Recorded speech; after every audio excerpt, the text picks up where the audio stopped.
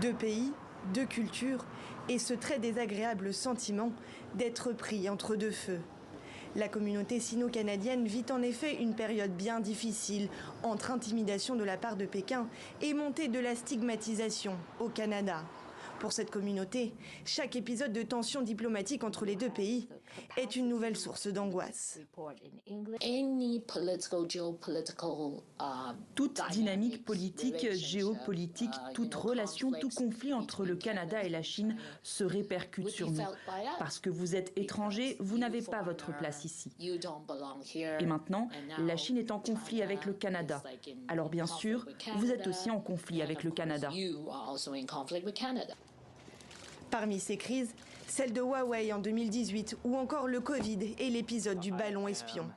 La dernière remonte au début du mois avec l'expulsion croisée de diplomates.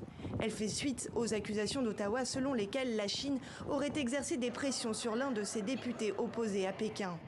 Des accusations réfutées par la Chine.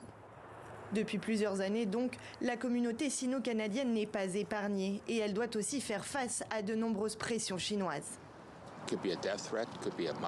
Il peut s'agir de menaces de mort, d'intimidation verbale, ou de quelque chose d'aussi simple que « nous savons où vivent vos parents ».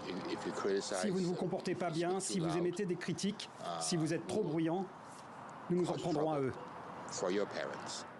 Intimidation, harcèlement en tout genre, c'est en effet ce que dénoncent de nombreux Chinois résidant sur le sol canadien, surtout lorsqu'ils sont ouïghours.